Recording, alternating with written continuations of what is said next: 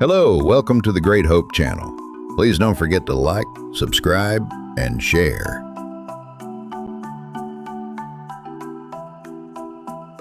The Golden Gift of the Feathered Snake.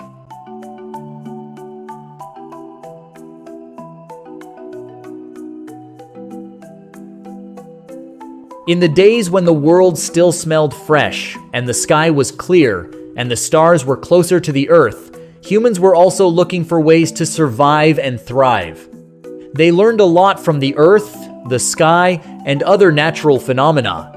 They had learned to look up to the sky and ask the gods for help, to look to the moon and the stars, and to predict for themselves days, months, and even years.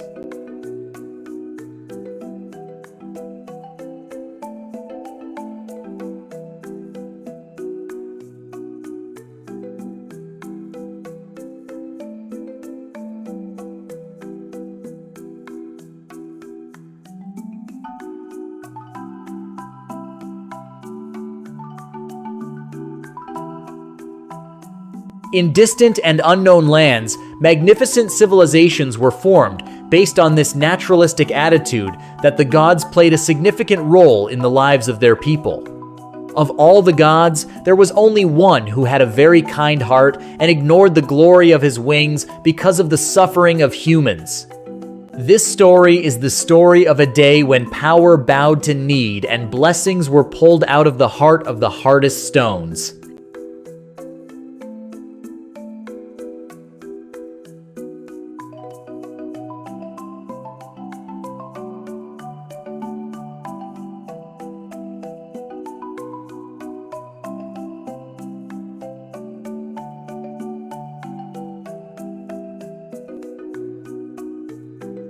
In those distant times when the world was just being formed and the great and merciful God had just created human beings, there was a big problem in the ancient land of the Aztecs. Humans were not yet familiar with the magic of the earth and did not know how the seeds of plants on earth grew and gave them abundant crops. They didn't know how to farm, so they didn't have anything to eat. They ate their stomachs only by eating the roots of plants and small insects.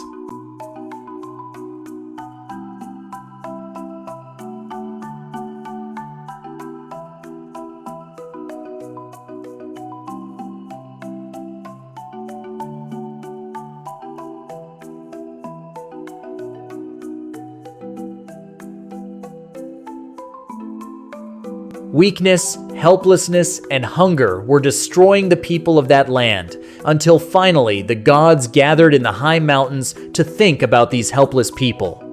They knew that somewhere, behind the tall and impregnable mountains, there was a golden and magical seed called corn that the Aztecs could get rid of by planting and harvesting the crops, but no god could move those huge mountains.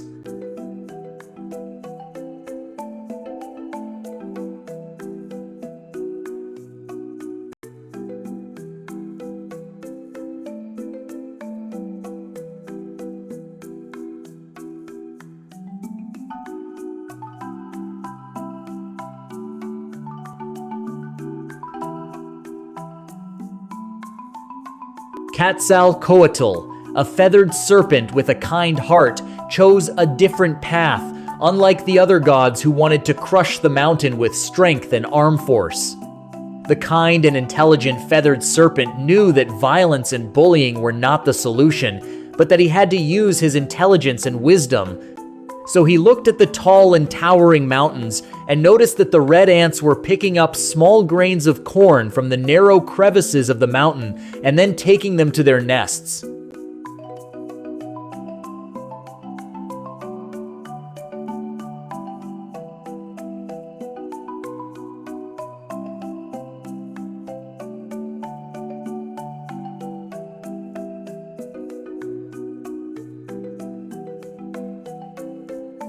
The merciful God was amazed at the work of the ants. Creatures as small as they were able to pass tiny grains of corn through the crevices of the mountains and make food for themselves. Although the tiny grains and sometimes the corn crumbs they carried with them were very small and not suitable for planting, he came up with an effective idea and a suitable solution. So he asked one of the ants, "Where do you get these shiny seeds?"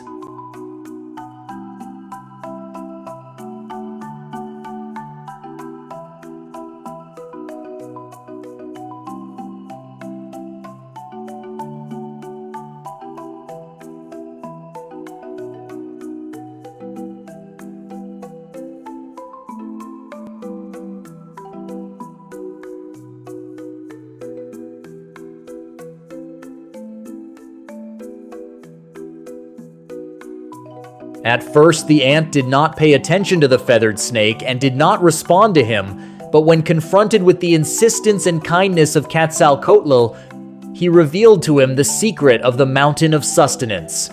The red ant, which wandered back and forth like a red spot on the gray of the rocks, and whose tentacles were constantly moving and twisting to find the right way back to the nest, finally agreed to reveal a great secret to the Quetzalcoatl.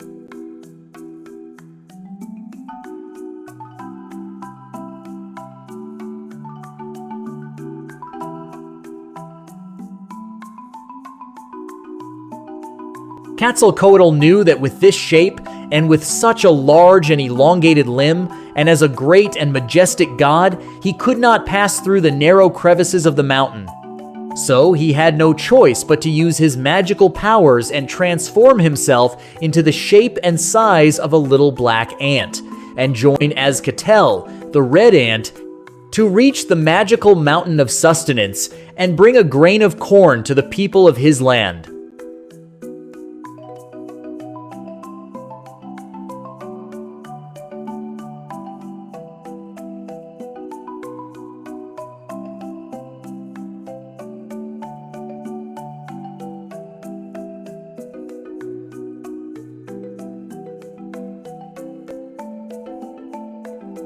The merciful god, now transformed into a little black ant, together with the red ant, embarked on a long and arduous journey through great cliffs and narrow and dark paths.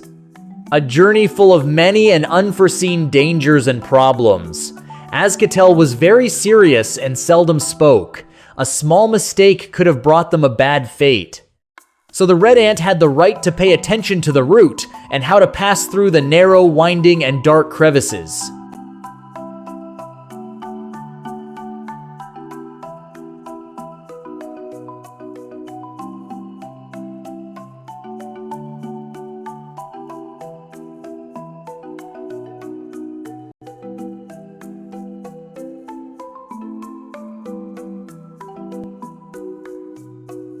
This way of traveling was a new and unique experience for the great feathered serpent, for a powerful being who had to become a weak ant. Many times he was tired and in danger of being trampled on, but he thought of hungry people, with the desire to bring them more than their knowledge for their growth and progress, to help them in the evolution and progress of their civilization, and to teach them something that they were not aware of until now.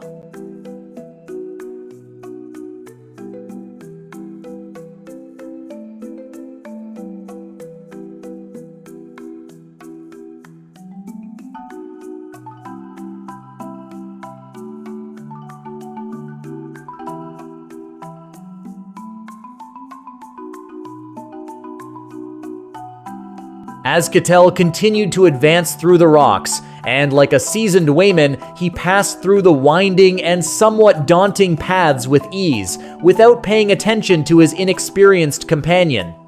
After a long time for the ants, they came to a crevice that was a little more spacious and open, and seemed like the perfect place to take a break and refresh. The red ant stood up so that both he and the black ant could get a break.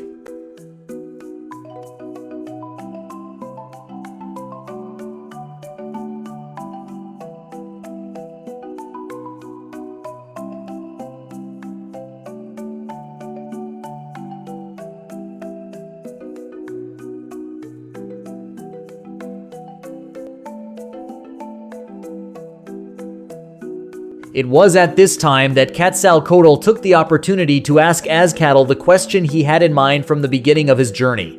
My friend, why don't you tell people the secret of the mountain of sustenance? Don't you like humans? The red ant answered with the same seriousness as ever. You know nothing about the mountains, neither you nor the people. The mountain never tells its secrets to those who come with drums and trumpets. Secrets are only available to those who have learned to crawl on the ground and listen carefully to the sound of the heart of the soil, not those ever-hungry people who want to destroy everything and everyone to feed their stomachs.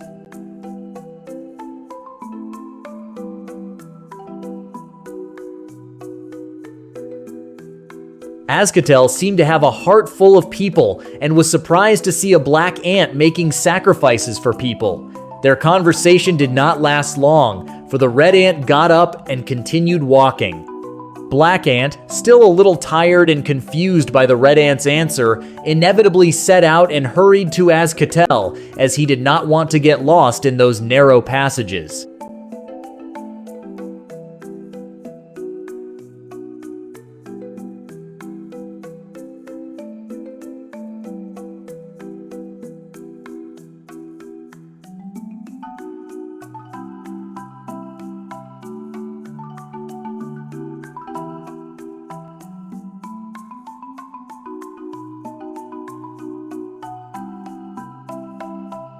Finally, after passing through the numerous corridors and crevices, Azcatl suddenly stood up and gestured with his hand so that Quetzalcoatl would also stand.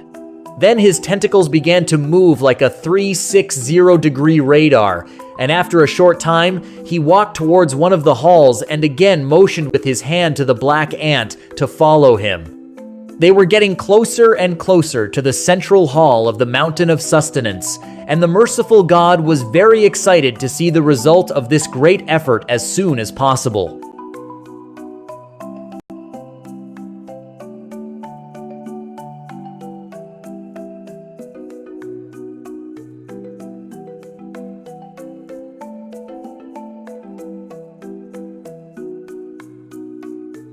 Little by little, everything changed. The atmosphere changed, even the shape and type of rocks changed. They passed through a tunnel whose walls were made of jade gemstones and volcanic glass stones. The sunlight passed through very narrow crevices, revealing dust particles like small, bright stars that went back and forth in the semi-dark sky of the Great Hall.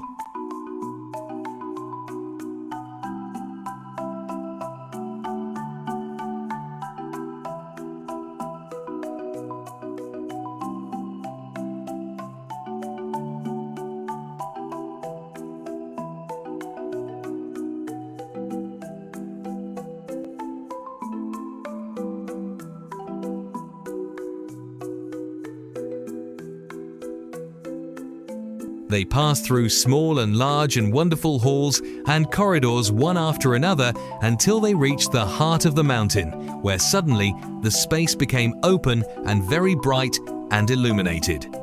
In front of the two red and black ants, there was a huge hall whose ceiling could not be seen. There was a dazzling golden light everywhere. It was there that the merciful God realized the greatness and power of the God of the gods. In the middle of this large and beautiful hall was a hill of corn that shone like a mountain of jewels.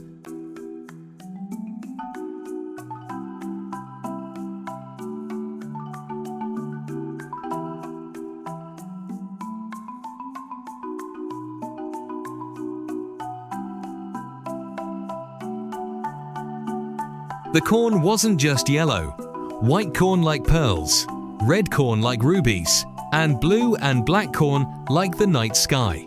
Each grain of light passed through it and lit up the entire hall-like cave. Quetzalcoatl was dazzled and amazed at all this wealth and beauty. He could use his magical power in the blink of an eye, uncovering his secret and showing Azcatl who he was and what amazing power he had.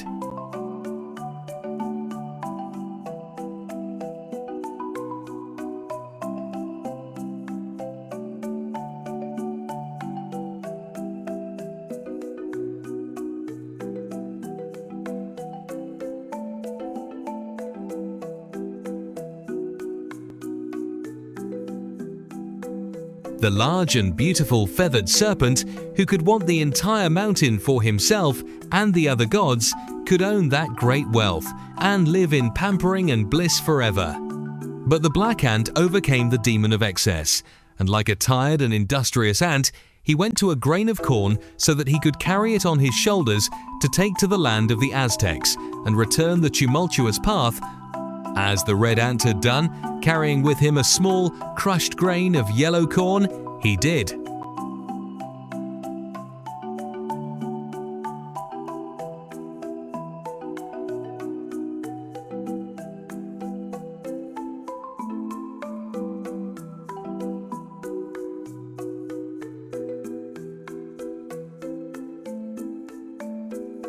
Quetzalcoatl was only looking for blessings for the empty table of human beings and wanted to bring with him a gift for them that would last forever and bless their lives and tables. So he slowly picked up the largest golden seed. The weight of the grain was too heavy for the small size of an ant, but with every step he took, he remembered the smile of the hungry children at the sight of the big cornfields, which gave him the strength to bear that heavy load.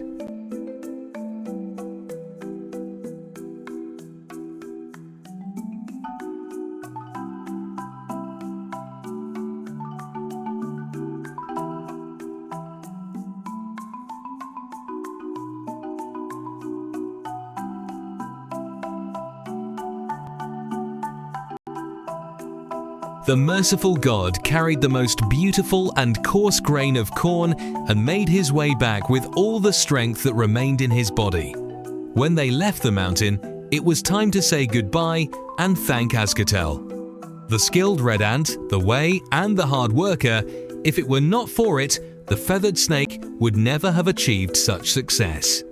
Therefore, he had to say goodbye to that good and devoted friend and tell him his secret so that the continuation of their friendship would not be disrupted for the future.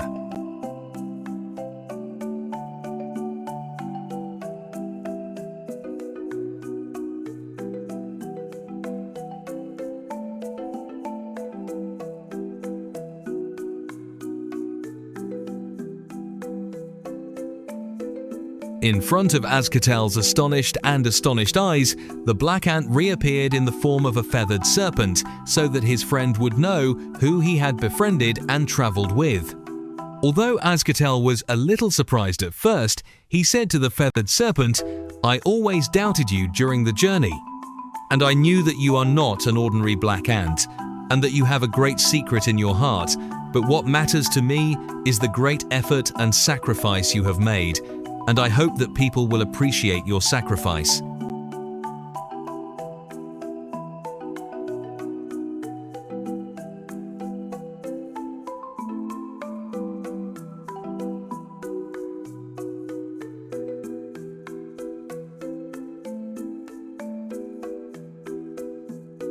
After saying goodbye to the feathered serpent, the red ant made his way to his nest, while he was very satisfied and happy in his heart, because he had found a friend who had a kind heart as vast and towering mountains. Quetzalcoatl looked at him until the little red ant disappeared into the cracks of the grey rocks, and then he went to his people and gave the seed to the humans by the great river.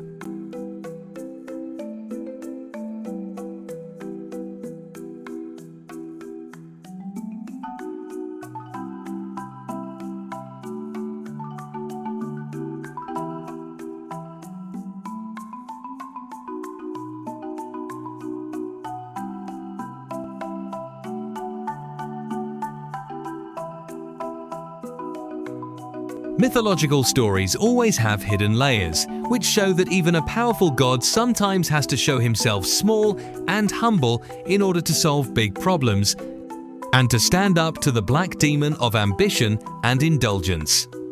Thousands of years have passed since that day now, but the sound of the Kotel's wings can still be heard as golden clusters of corn dance in the wind. This legend reminds us that the greatest powers lie not in fighting and crushing mountains, nature, and civilizations, but in understanding small beings and humility and selflessness. Sometimes you don't have to be the biggest to save a world and go to war with force and power.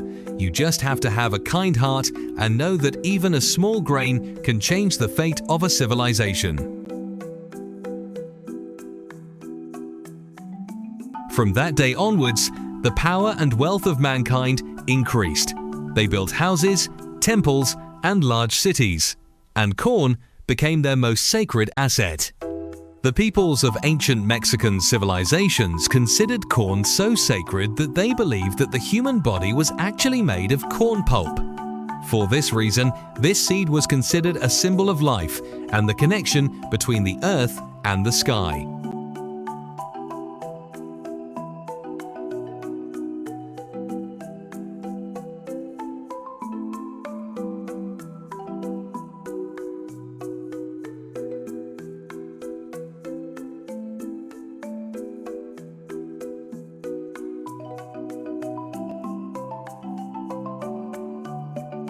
Mythological stories always have hidden layers, which show that even a powerful god sometimes has to show himself small and humble in order to solve big problems, and to stand up to the black demon of ambition and indulgence.